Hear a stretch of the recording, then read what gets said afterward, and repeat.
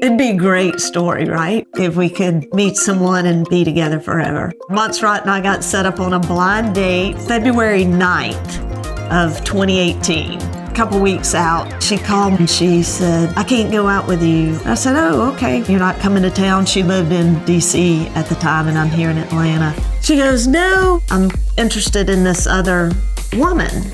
And I'm just not comfortable going on a date with you knowing that I'm interested in this other woman.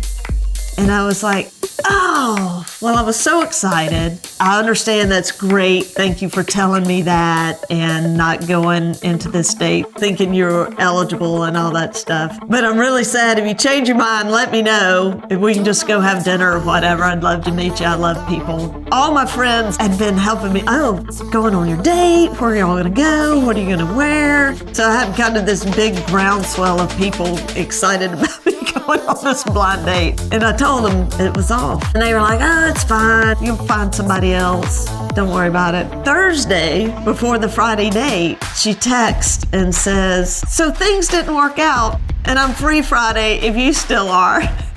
So let all the friends know. Montserrat's back in. We're not on a date, but I'm gonna bring her with me and show her all my people. We got to Susanna's and Susanna's like, well, I'm glad you're here, but I'm not gonna like you. And Montserrat was like, that's fair.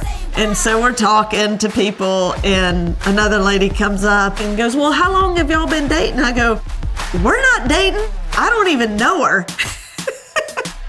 So really, we just ran Montserrat through this hell toll gate of a date, and we ended it with, can I see you tomorrow night? She lived in DC, I'm here in Atlanta, we're going back and forth a lot. We grew together, we communicated well. It wasn't an instant connection, it was a very thoughtful, intentional connection. The more time we spent together, the more we fell in love with each other. It was wonderful. What I loved about our relationship is that we were two individual people. We were our own person and together. Neither one of us were lost in the relationship. It wasn't like, here's Mignon and her big personality and this is her partner.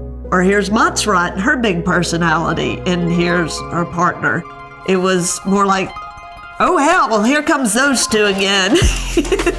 We had been through relationships and good ones and bad ones, and we just had learned enough to be a really good match for each other. Her law firm is headquartered here in Atlanta, so it was a natural fit for her to move. And so she came here and we melded our lives together. We'd still go to the DC area and Rehoboth Beach regularly, and that's where all her friends were. So that was great to be able to see them and build a relationship with them. And then all my friends just welcomed her after the first night. The first night was really bad. All the other nights were great. And then I asked her to marry me. August 16th of 2019, we were in Spain and it was beautiful. We were on top of a mountain in Yebra de Bassa. Montserrat was fluent in Spanish. I am not. But I wanted to ask her to marry me in Spanish. Instead of saying yes, she turned to correct me. I said, okay, well that. She's like, oh, and I had the ring out. And she was like, oh, you're asking me to marry you. And I was like, trying to, not successfully. And she said yes. Come back home, trying to get married, and COVID hit. We were gonna get married April of 2020. Like, oh my gosh, we can't get married. All right, well, October of 2020, surely this COVID thing will be done. We can get married. No. Okay, well, let's do it April of 2021. No. So we got set for September 18th of 2021. And we got married at St. Luke's in the church. It was packed. It was beautiful. So much fun. We had such a great time. You want your wedding to come off perfect. It was perfect. Montserrat's mom and her father were both supportive of Montserrat making the decision to be gay. It went from, you guys cannot get married, I totally disapprove, to, I would like to speak at your wedding. And it was beautiful. God, what a gift. What a gift that was to Montserrat. Great love story. Great love story.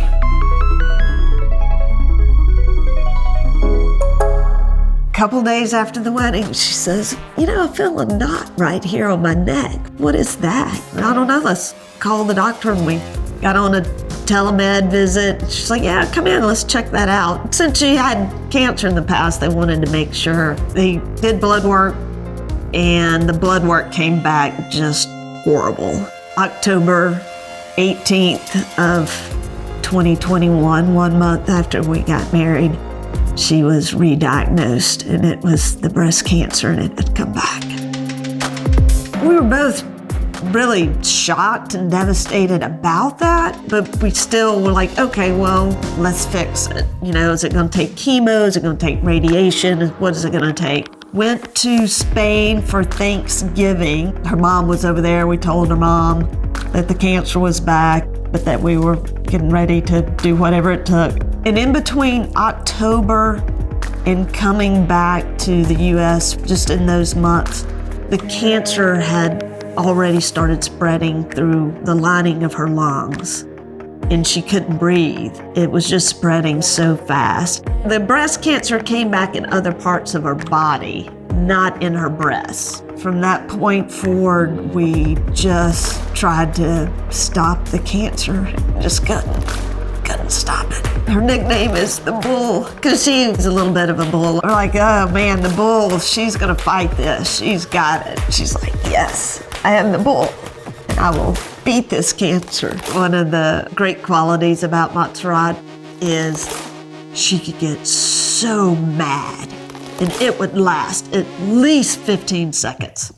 That was one of her most endearing qualities, is that she could have such a strong emotion towards something and then recover from it.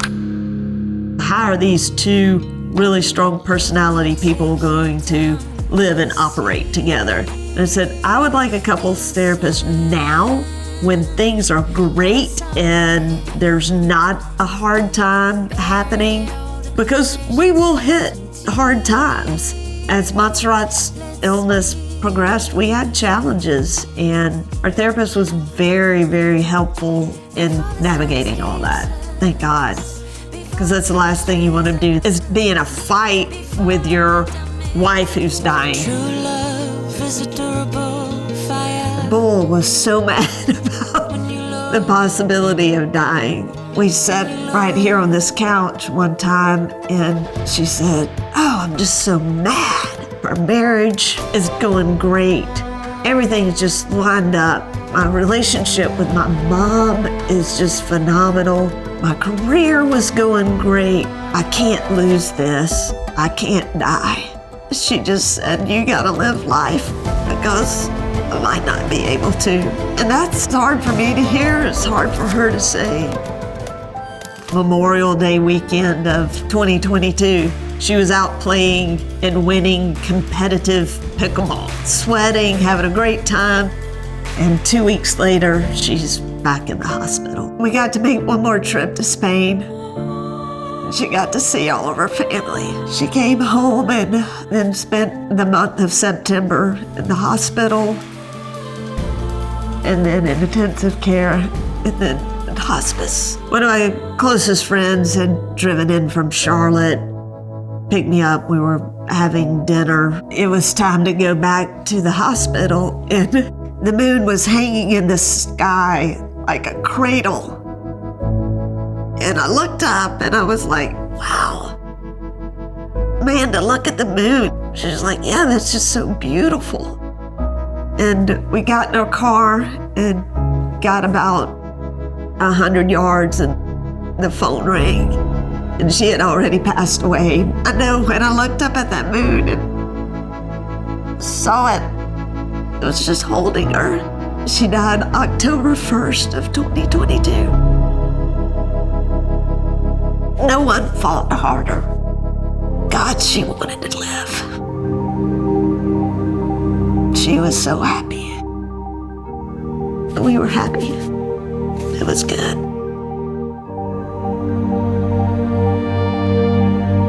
Montserrat's always with me. I'll always love her. And that's just the way it is. It's not something that, oh, time's gonna heal it. I don't even want to be healed. That's not even a goal. It's part of the life. There's no coping. It's just a new way to live. I was just in shock. It was, what do I need to get myself through the day? I was at a party one time and someone goes, gosh, how do you deal with it? And finally I just turned and looked at her and went, I just drink a whole lot, and just started chugging my drink. It was not the nice thing to do. It was just the only thing I had left in my body to be able to fend off a gallon of tears. One of the biggest things that I was not prepared for is understanding and managing the grief of others. Her mom, my family, her family, to her closest friends. God, I love them. Sitting in my own grief and also feeling a connection to all of their grief. So it's not just like, oh, I'm grieving. I'm like, oh my gosh, my mother-in-law is grieving. My mom is grieving. Frankie's grieving. Mosh is grieving. Cammy is grieving. Anjali is grieving. Their families. So now it's not just worried about, oh, me and my problem. Now I'm grieving for them. It was overwhelming. One of the things that we grieve most is the loss of our hopes and dreams. To say it's been difficult doesn't give it justice. It just was, you got to do whatever you can do to take the next step and take the next breath. That's all I can do. Montserrat has this home in Rehoboth Beach, Delaware, and it's beautiful. It backs up to these wetlands. We have eagles that live outside the back window, deer and a fox and hawks and birds and all kind of animals are back there all the time. It's beautiful. I love it. The first time I was going back to that house after she had died, I was like, whoa, what's this gonna be like? Is it gonna be sad? It was amazing. All I could feel was Montserrat's warmth and presence in this home. What a blessing to have her with me. I'm working from home there. I hadn't gotten out of the house all day, and I said, I'll go down to the beach. It was November 1st, exactly 1 month after she had died. I love to go down there because I love to see the dolphin, and dolphin are always out. And I see this swirl, like, oh my gosh, it's just right off the beach, just probably not 20 yards off the beach, so close in. And it's just a huge swirl. I'm like, oh, there's dolphin playing. All of a sudden, up out of the water, a whale breaches. Comes up, full mouth open, and splashes back down. I'm like, ah! And I look, nobody sees it. And I'm like, Montserrat, the bull of the sea is back to see me. And then about 5 minutes later, here she came up again, straight up out of the water, mouth wide open, and then crashed down. I get back, talk to my friends. You won't believe what happened. They're like, never seen a whale. Never seen a whale here. People are saying we go whale watching. We never seen a whale. That was her. She's still here. Always. And I'm so thankful for that. To even fathom that someone has a problem with two humans connecting, it's beyond my comprehension. I don't understand why someone needs to cast their judgment. Your relationship with someone is unique to the two of you. There's never another relationship exactly like that. Can't be. It's two different people. Some people just have not evolved enough to grasp love. If someone told me that it would end this way, wouldn't have changed a thing. So incredibly blessed to have shared love with Montserrat. Maybe Montserrat and I were put together because I was the right person to be here for her during that time. Maybe she was the right person to be here for me. Maybe she saved me